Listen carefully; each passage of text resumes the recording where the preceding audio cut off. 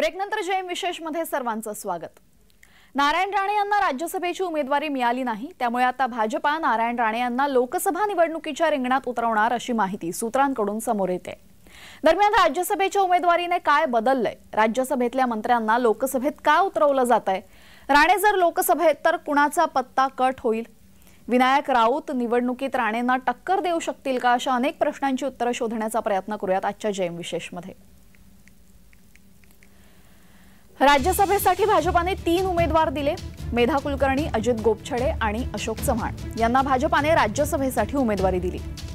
केंद्रीय मंत्री असलेले नारायण राणे राज्यसभेतून निवृत्त झाल्यानंतर त्यांना पुन्हा उमेदवारी मिळणार का याकडे सर्वांचं लक्ष लागलं होतं। मात्र अशोक चव्हाण यांच्या भाजपा प्रवेशाने सर्व समीकरण बदलली।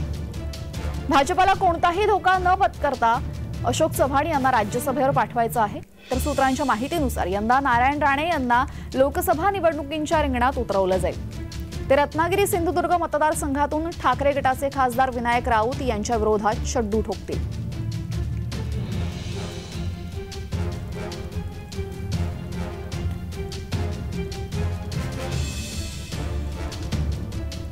नारायण राणे जर उभे राहिले आणि त्यांची उमेदवारी निश्चित झाली तर त्या मतदानामध्ये मुस्लिम फॅक्टर आहे आणि तो जो मुस्लिम फॅक्टर आहे 80 ते 90 हजाराचा तो कुठे जाईल हा मोठा प्रश्न आहे।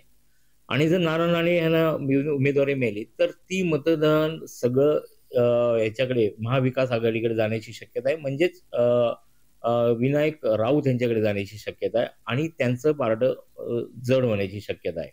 या उलट जर किरण सामंत यांना जर उमेदवारी दिली गेली समजा, म्हणजे हे समजा आहे, तर ती मतदान निम्म होऊ शकतं किंवा ती बलाबल परत हाय त्या जागेवर येण्याची शक्यता आणि फार कमी फरकाने ही कुठची लोकसभेची जी कोणी उमेदवार तो निवडून येण्याची शक्यता आहे। मात्र नारायण राणे यांना जर तिकीट गेलं तर बीजेपीला मुस्लिम वोटर जाणार नाहीत आणि तोच फॅक्टर हा निर्णायक फॅक्टर राहील। असं सांगितलं जातं की वन वे ही निवडणूक होईल, म्हणजे बीजेपी आणि युतीच्या बाजूने होईल, तसं होणार नाही। कारण आपण आत्ताच बघितलंय की उद्धव ठाकरे यांचा दौरा झाला आणि त्यामध्ये सहानुभूतीची लाट आणखी वाढलेली आहे। यापूर्वीही शिवसेनेला म्हणजेच उद्धव ठाकरे किंवा बाळासाहेब ठाकरे यांच्या ह्या सर्व यांना फार सहानुभूती कोकणनी दिलेली आहे आणि आता ती त्याच्यामध्ये वाढ झाली आहे। त्यामुळे फार मोठा फरक पडेल किंवा मोठी एक बाजूने ही लढाई होईल अशी शक्यता अजिबात नाही। नारायण राणे रत्नागिरी सिंधुदुर्ग मतदारसंघातून जर लोकसभेत उतरले तर तिथल्या विद्यमान खासदार असलेल्या विनायक राऊतांना ती जागा जिंकणं पर्यायाने मवियाला हा लोकसभा मतदारसंघ कायम ठेवणं कठीण होणार आहे। याचं कारण म्हणजे नारायण राणे यांचा राजकारणातला प्रदीर्घ अनुभव। पाहुयात त्यांची राजकीय कारकीर्द। एकेकाळी कट्टर शिवसैनिक म्हणून नारायण राणे ओळखले जायचे। कोकणातील राजकारणात त्यांचा दबदबा। 1998 ते 99 या काळात महाराष्ट्राचे ते मुख्यमंत्री होते। 2005 साली शिवसेना सोडून त्यांनी काँग्रेसमध्ये प्रवेश केला। 2009 मध्ये काँग्रेस आघाडी सत्तेत आल्यानंतर राणेंना उद्योग खाते मिळालं। ज्या विलासराव देशमुखांनी त्यांना काँग्रेसमध्ये आणलं त्यांच्याच विरोधात राणेंनी आघाडी उघडली। 2017 मध्ये स्वतःचा पक्ष त्यांनी स्थापन केला। 2019 मध्ये भाजपात प्रवेश करून राज्यसभेत त्यांनी प्रवेश केला। 2021 मध्ये त्यांनी केंद्रीय मंत्रिपदाची शपथ घेतली।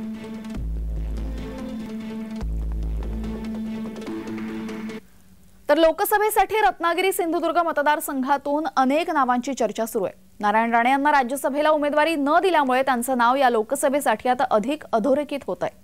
दरम्यान नारायण राणे यांना उमेदवारी दिल्यामुळे कुणाला इथं मोठा फटका बसलाय सांगतात राजकीय विश्लेषक। पाहुयात। नारायण राणे यांना तर राज्यसभेची जी विषय चालला होता त्याच्यामध्ये त्यांना तिकीट मिळालं नाही किंवा त्यांना उमेदवारी मिळाली नाही, याचा अर्थ असा होतोय की नारायण राणे यांना कदाचित बीजेपी ही लोकसभेची उमेदवारी देऊ शकते। आणि असं जर घडलं तर मुख्य बीजेपीचे जे दावेदार आहेत सध्याचे बांधकाम मंत्री स्टेटचे रवींद्र चव्हाण यांचा पत्ता कट होणार आहे। आणि दुसरे म्हणजे जे आता सध्या जोरदार प्रयत्न करत आहेत लोकसभेच्या उमेदवारीसाठी, किरण सामंत शिवसेनेचे, त्यांचाही पत्ता कट होणार आहे. आणि याच्यानंतर यापूर्वीचे जे उमेदवार जे तयारी करत होते जोरदार, आणि त्यांनी दावा असा केला होता की मलाच तिकीट मिळतंय, ते प्रमोद जठार, ते सुद्धा बीजेपीचे आहेत, तर त्यांचाही पत्ता कट होणार. हे 3 मुख्य आणि प्रबळ दावेदार आहेत. तर नारायण राणेंच्या या उमेदवारीमुळे, जे संभाव्य उमेदवारीमुळे, ह्या तिघांचे पत्ते मला वाटते कट होतील किंवा जातील आणि नारायण राणे पुढे येऊ शकतील. दरम्यान नारायण राणे यांच्यासमोर कोणती आव्हानं आहेत सांगतायत आमचे रत्नागिरीचे प्रतिनिधी राजेश जाधव. पाहूयात. राज्यसभेच्या उमेदवारांची यादी जाहीर झालेली आहे, मात्र यातून नारायण राणे यांचं नाव वगळण्यात आलेलं आहे. कदाचित भाजपची खेळ असू शकते, कारण रत्नागिरी सिंधुदुर्ग मतदारसंघासाठी आता नारायण राणे यांचं नाव चर्चेत आलेलं आहे.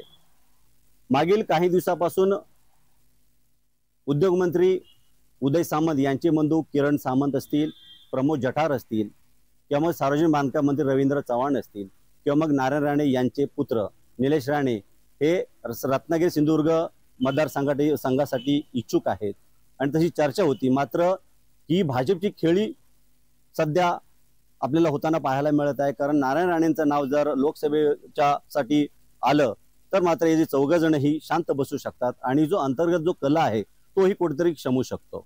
शिंदे गट अधिक भाजप यांच्यातला जो अंतर्गत वाद आहे तो नारायण राणे यांच्यामुळे कुठेतरी संपुष्टात येऊ शकतो. असं जरी असलं तरी ही जी लोकसभेची निवडणूक आहे ती नारायण राणे यांना कुठेतरी कठीण जाताना आपल्याला दिसणार आहे. याचं कारणच आहे की मागील 10 वर्ष नारायण राणे यांचा जो गावागावात किंवा मग जो घराघरात जो संपर्क आहे तो तुटलेला आहे. तुलनेनं विद्यमान जे खासदार आहेत राऊत यांचा जो संपर्क आहे तो घरोघरी आहे किंवा गावोगावी असल्यामुळे कुठेतरी आता राऊतांचं पारडं जड होताना आपल्याला दिसत आहे.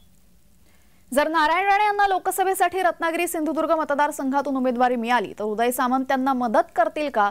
लोकसभेत नक्की काय घडेल ऐकूयात आमच्या प्रतिनिधींकडून. रत्नागिरी सिंधुदुर्ग मतदारसंघासाठी नारायण राणे यांचं नाव जर निश्चित झालं तर ही निवडणूक त्यांना फार कठीण जाणार आहे, कारण आव्हानं खूप असणार आहेत.